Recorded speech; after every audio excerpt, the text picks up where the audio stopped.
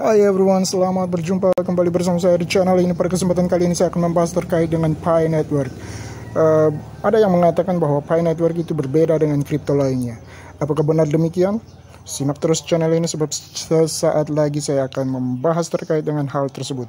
Namun sebelum itu, perlu saya ingatkan kepada Bapak Ibu teman-teman sekalian, bagi Anda yang menyukai konten ini, jangan lupa untuk dukung selalu channel ini dengan cara klik tombol subscribe, like, and share agar saya bisa terus hadir ke hadapan Bapak Ibu teman-teman sekalian untuk memberikan informasi-informasi yang ter-up-to-date dan yang bermanfaat. Baik, kita langsung saja masuk kepada pembahasan kita terkait dengan Pi Network. Memang dalam beberapa bulan terakhir banyak sekali berseliweran prediksi yang menyebutkan harga Pi akan menggila saat mainnet terbuka nanti. Ada pula yang memprediksi harga Pi baru akan bisa mengalami peningkatan atau kenaikan tajam saat memasuki periode waktu di atas 5 atau 10 tahun ke depan seperti yang dialami oleh Bitcoin dan Ethereum 10 tahun lalu. Namun pada kesempatan ini saya akan coba untuk memberikan semacam gambaran terkait Pi Network ke depannya seperti apa. Sebelum itu mari kita coba untuk menempatkan pandangan kita terlebih dahulu pada sejarah akar rumput terbentuknya Pi Network itu sendiri.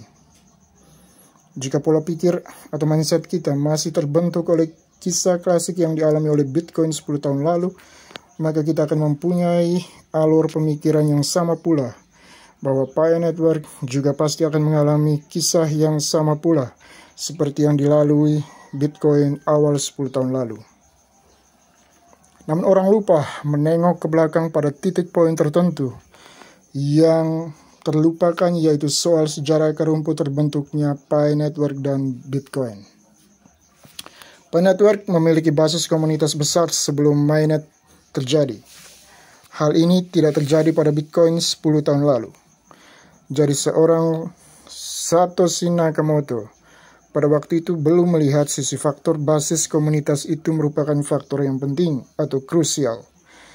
Namun hal itu dilihat oleh seorang Nicholas Kakalis sebagai suatu faktor yang sangatlah penting dalam mendukung perkembangan sebuah aset kripto ke depannya. Poin kedua, perkembangan dunia teknologi informasi dan media sosial pada saat Bitcoin awal muncul 10 tahun lalu tidaklah secanggih dan tidaklah seramai sekarang, sehingga akses informasi orang terhadap sebuah aset kripto dan potensinya itu pun sangatlah terbatas.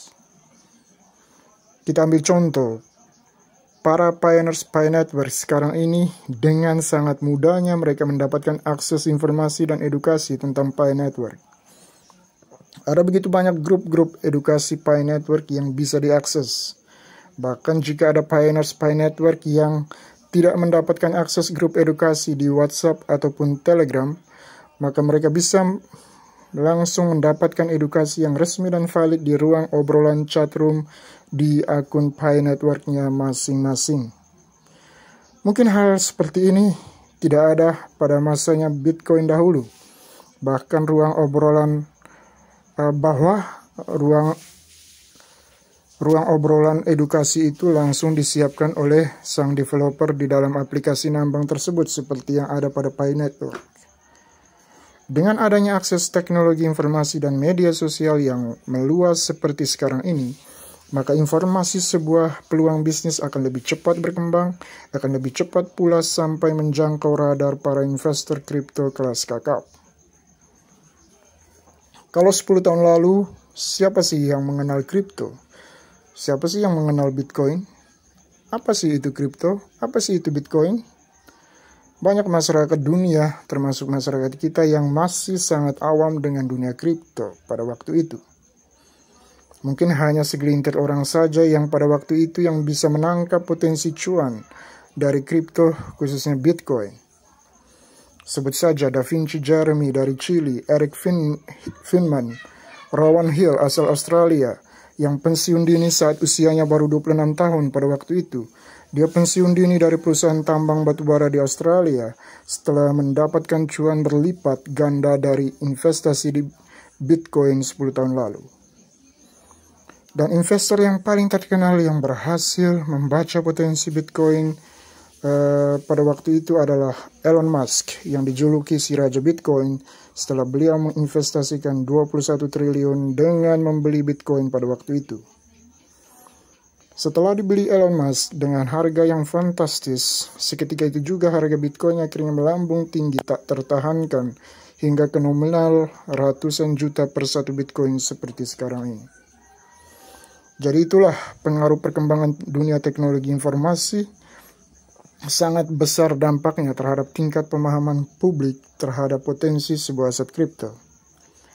Semoga saja dengan potensi Pi Network yang luar biasa ini dan didukung oleh perkembangan teknologi informasi dan media sosial yang luar biasa saat ini, bisa memberikan dampak yang signifikan terhadap Pi Network ke depannya, agar semakin dikenal luas oleh masyarakat dunia, termasuk para investor yang juga diharapkan akan semakin banyak berdatangan ke depannya nanti.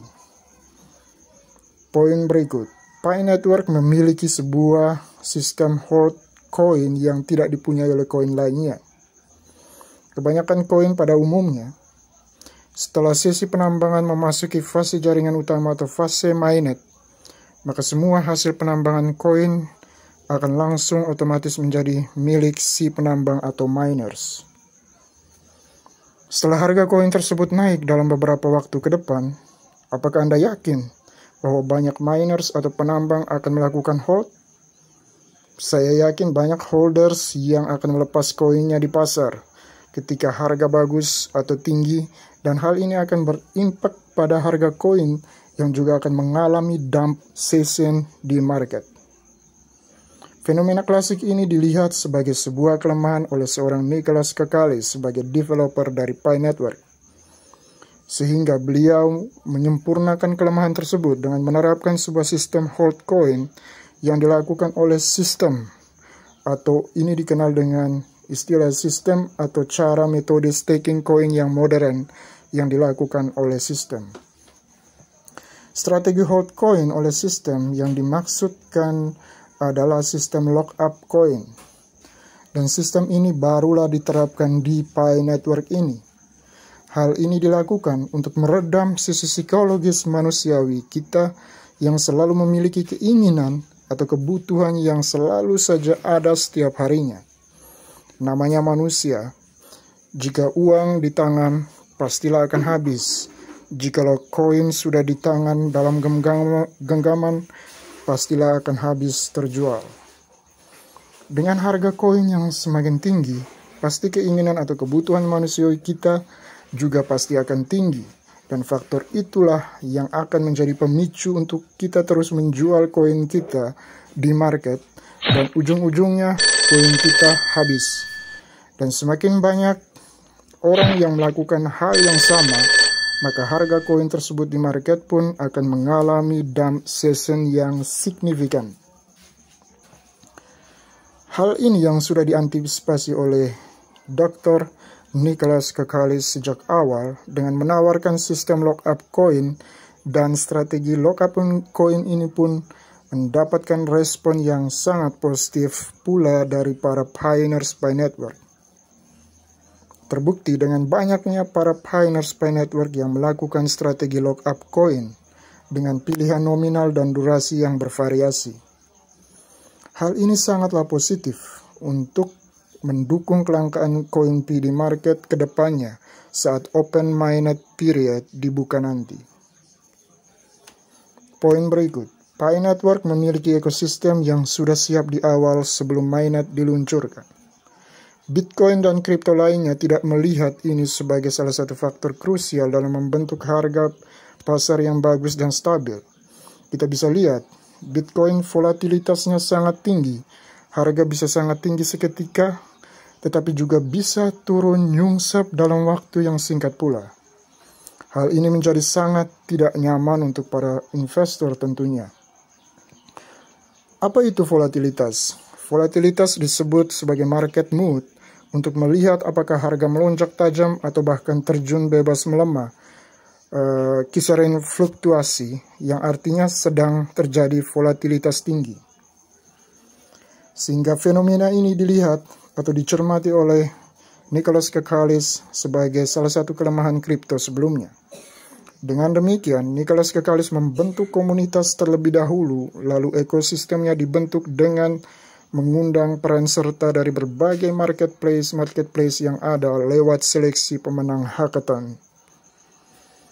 Poin berikut, Pi Network menjalankan mainnet dalam 2 periode mainnet, yaitu periode mainnet tertutup atau enclosed mainnet period dan periode mainnet terbuka atau open mainnet period.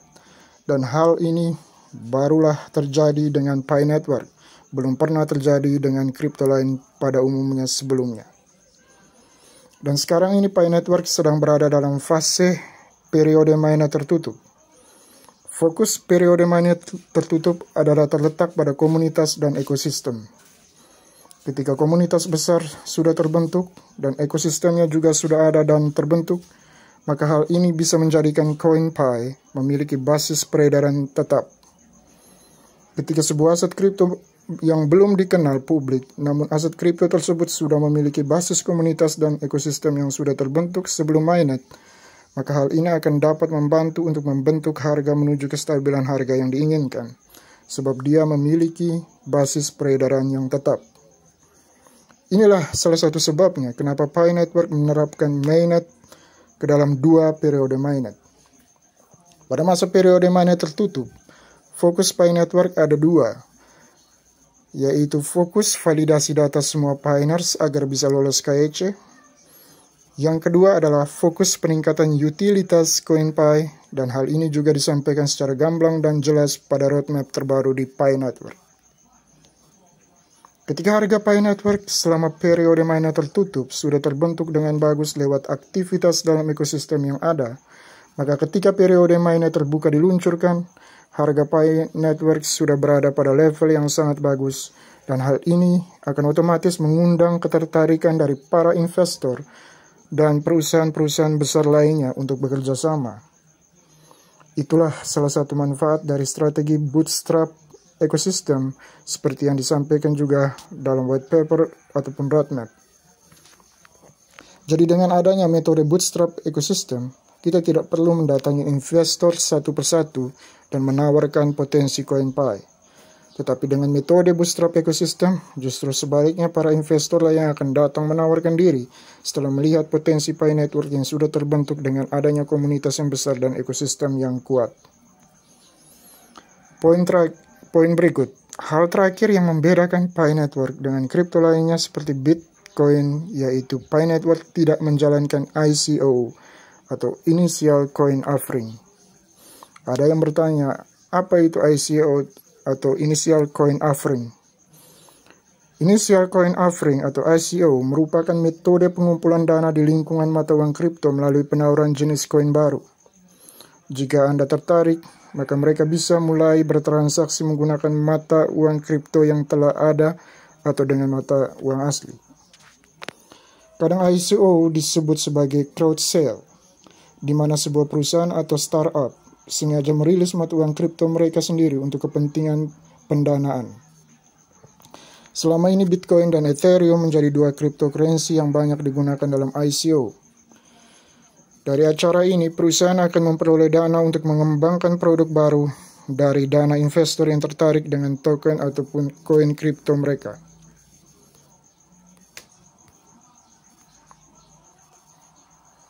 Investor mendapat keuntungan berupa kepemilikan saham yang lengkap. ICO dapat dilakukan siapapun selama dia memiliki teknologi dan sumber daya. Tapi sayangnya belum ada proteksi untuk ICO sehingga banyak perusahaan yang memilih tidak melakukannya termasuk Pi Network.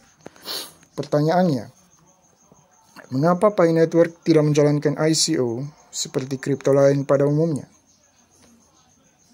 Jawabannya adalah terletak pada komunitas dan ekosistem yang terbentuk dan sudah ada saat ini.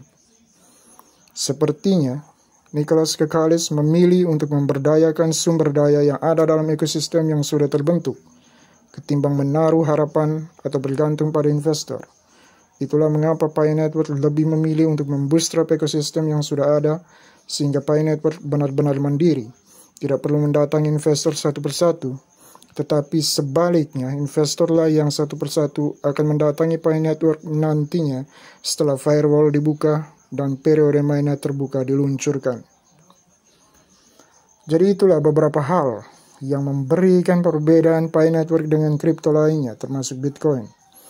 Jadi ini sebenarnya adalah sebuah revolusi kripto yang dilakukan oleh Nicholas Kakalis lewat Pi Network ini.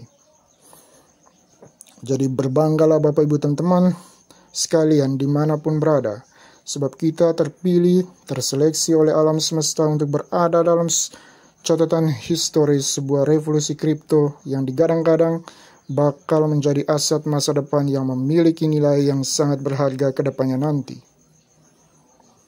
Semoga saja dengan apa yang saya sampaikan pada kesempatan kali ini, lewat video ini, bisa memberikan sesuatu hal yang positif dan membangkitkan semangat serta optimisme para pioneers Pi Network untuk tetap menambang dan menjaga koin Pi-nya dengan sebaik-baiknya.